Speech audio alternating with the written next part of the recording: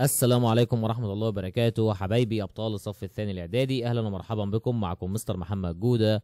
إن شاء الله النهاردة هنحل مع بعض تمرينات الدرس الثالث على الوحدة الخامسة من كتاب المدرسة صفحة 77 و 78. فيا ريت نبدأ الناس كلها ما تنساش تعمل لايك للفيديو عشان نوصل أكبر عدد ممكن من زمايلكم، وما تنسوش تدعمونا وتعملوا لايك واشتراك في القناة وتفعلوا زر الجرس علشان يوصلكم كل جديد. ويا ريت قبل ما نبدأ الناس كلها ما تنساش تصلي على النبي عليه أفضل الصلاة والسلام. ويلا سريعا نبتدي مع بعض. درس الثالث معانا أولاد بعنوان Around the World حول العالم in 4 amazing places في 4 أماكن. بيقول لي هنا في السؤال الأول Do you think هل تعتقد it's exciting من الممتع to travel abroad إنك تسافر بالخارج why ولماذا؟ طبعا أكيد حاجة ممتعة فأكيد هقول yes. ليه يا أولاد؟ أقول طبعا because I can لأن أنا أستطيع، طبعا explore إن أنا أستكشف new places أماكن جديدة. رقم 2 What country ما البلد would you want to visit اللي انت عاوز تزورها why ولماذا؟ طيب لو انا مثلا هتكلم عن نفسي يا اولاد ممكن اقول ان انا I want to visit مثلا France، عاوز اسافر لدولة فرنسا. طب ليه؟ هقول to see the Eiffel Tower عشان اشوف برج ايفل.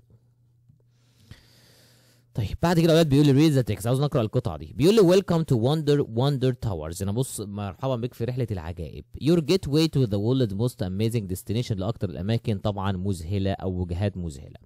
ار يو ريدي تو اكسبلور، هل انت مستعد لاستكشاف some of the most awesome بعضا من الاماكن الرائعه and unforgettable places الاماكن التي لا تنسى on earth على الارض. in this guide في هذه الرحله we will take you هناخدك on a tour في رحله for very special destination لاربع وجهات طبعا مميزين. that will fill your heart with wonder هيخلوا قلبك مليء بالعجائب and your camera والكاميرا بتاعتك with unforgettable memories بذكريات لا تنسى. let's begin your great adventure، هيا نبدأ مغامرتنا. أول مكان يا أولاد مكان اسمه بيترا في الجردن في دولة الأردن. بيترا is an ancient city، قال لنا دي مدينة قديمة curved into red rocks مغطاة بالصخور الحمراء. it's over 2000 years old عمرها 2000 سنة. and was once rich trading city، يعني بقول لك المدينة مدينة تجارية. The most famous building أكتر مبنى مشهور هناك is Treasury اللي هو مبنى الكنوز which you may know from movies وأنت ممكن تكون عارفه من الأفلام. Petra is a very special يعني مكان مميز and is one of the new 7 wonders of the world وهي واحدة من عجائب الدنيا السبع. تاني مكان معايا مكان اسمه ماتشو بيتشو في مدينة بيرو. بيقول لي ماتشو بيتشو is an old Inca city مدينة شعب الإنكا in the mountains في الجبال. It's over 500 years old عمرها 500 سنة. And sites high in the Andes وطبعا المكان كبير جدا. You can get there by train and or by hiking يعني ممكن تذهب لهناك بالقطر أو بالتمشية. The famous Inca Trail في ممشى الإنكا المشهور. The views المنظر are amazing رائع and it feels like a lost city in the clouds وهي تبدو كمدينة ضائعة في وسط الغيوم.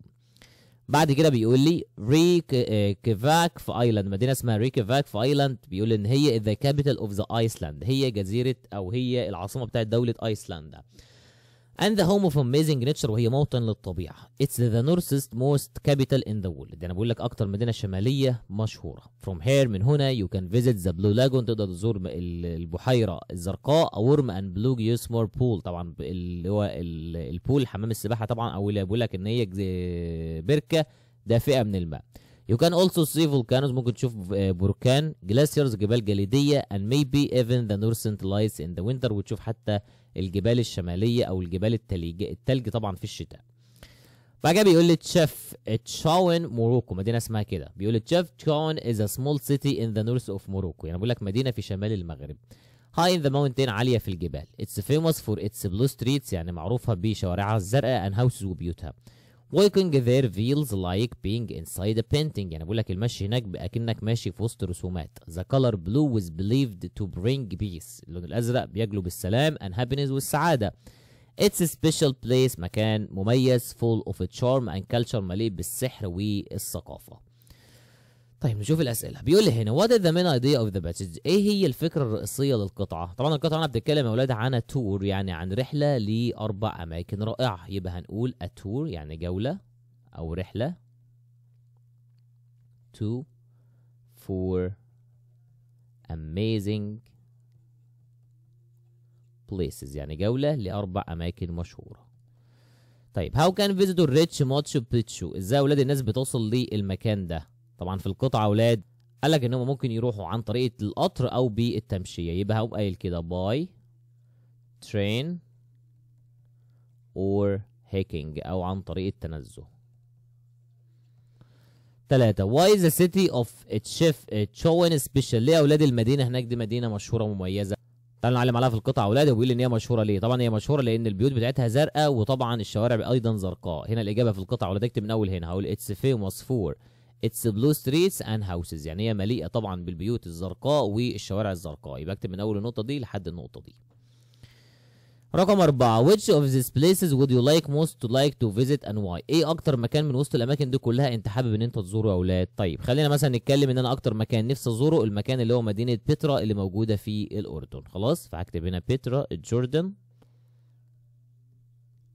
بترا جوردن اللي موجوده في دوله الاردن. ليه يا اولاد؟ هقول because it's amazing place، لان هو مكان مذهل.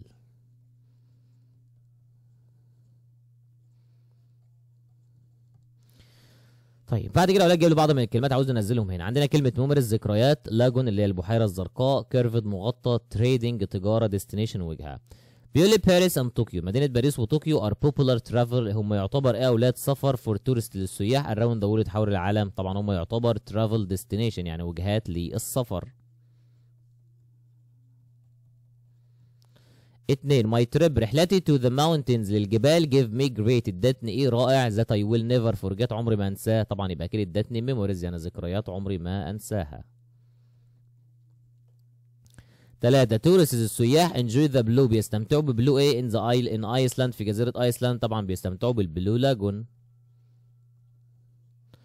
4. the ancient statue التمثال القديم was كان ايه from a single piece of stone من حجر واحد. طبعا يا اولاد كان ان هو طبعا curved يعني مغطى.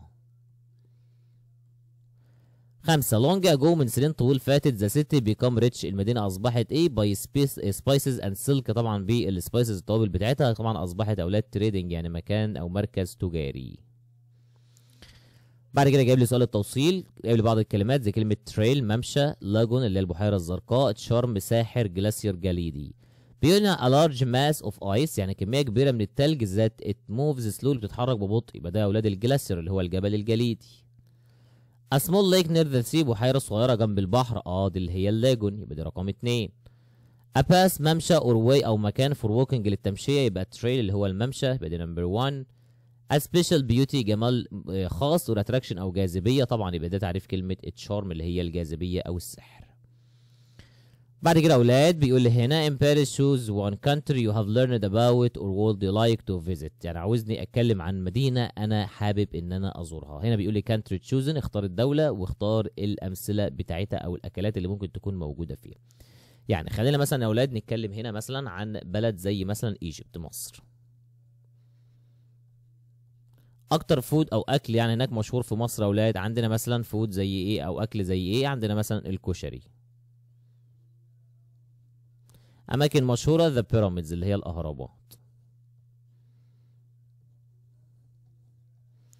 طيب عندنا بلد تانية زي ايه؟ وليكن مثلا يا اولاد نتكلم عن مثلا فرنسا. خلاص، الاكزامبل الامثله مثلا في فرنسا عندنا ذا ايفل تاور اللي هو برج ايفل، ذا ايفل تاور. تمام. عندنا بلد زي جوردن اللي هي الاردن. خلينا نتكلم عن مثلا مدينه بترا الموجوده في الاردن. تمام. وهنا طبعا ممكن تتكلم بقى عن شويه وقائع وعن الاماكن المشهوره، التقاليد، الحاجات اللي انت ممكن تاخدها برضو او بتعجبك بيك في البلد. بعد كده بيقول لي what something special about the food in this country، عاوزنا نتكلم بقى عن كل بلد اولاد من دول او نختار بلد معينه نتكلم عنها. يعني بيقول لي ايه المميز في الاكل بتاع البلد دي. فانا ممكن اتكلم مثلا، خلينا نتكلم عن مصر اولاد. خلاص اخترت اتكلم عن ايجيبت. هقول مثلا ان الاكل المفضل ليا فيها الكشري. تمام. what tradition would you like to try، ايه العادات التقاليد اللي انت ممكن تحب هناك تجربها؟ اقول لك مثلا I want to try جلابيه، عاوز البس الجلابيه. I want to try جلابية. طب have you ever visited this country before، هل سبق لك زيارة البلد دي من قبل؟ أكيد هقول yes. وكده يا اولاد يبقى وصلنا لنهايه الفيديو. اتمنى الناس كلها تكون استفادت من الشرح، واتمنى لو في حد استفاد من الشرح ما ينساش يدعمنا ويعمل لايك واشتراك في القناه ويفعل زر الجرس علشان يوصلكم كل جديد. كان معكم مستر محمد جوده، والسلام عليكم ورحمه الله وبركاته.